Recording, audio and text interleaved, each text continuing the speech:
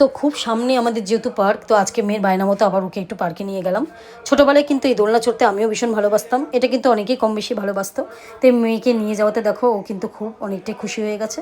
তো ও দোলনার চড়ার জন্য ব্যতিব্যস্ত হয়ে গেছে। তো যাই হোক, আজকে যেহেতু কাতলা মাছ আনা হয়েছে বাজার থেকে, তো সেটা রেসিপি করা হচ্ছে দই কাতলা।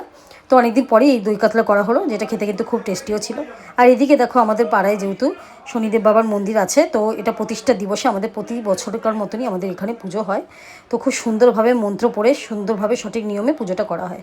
আর এদিকে দেখতে পাচ্ছ অনেক মানুষের ভিড় অলরেডি জমে গেছে। সেটা হচ্ছে যে যেহেতু বাবার পুজো, সেহেতু এখন ফল প্রসাদ দেওয়া হবে, তাই আমরা সব লাইন দিয়ে দাঁড়িয়েছি। একের পর এক দেখো সিন্নি প্রসাদ দিচ্ছে, আর এদিকে দেখো কিছু ফল প্রসাদ দেওয়া হচ্ছে।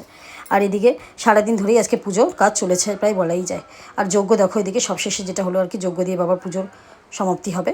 খুব সুন্দরভাবে সাজানো হয়েছে আজকে দেখো, খুব সুন্দর করে গেট সাজিয়ে রীতিমতো বাবাকে একটা নীল কালারের পোশাক পরিয়ে দিয়ে সুন্দর মতো সাজানো হয়েছে। তো পুজোর আয়োজন দেখে খুবই ভালো লাগলো। তো দেখা হচ্ছে আবার নেক্সট ভিডিওতে।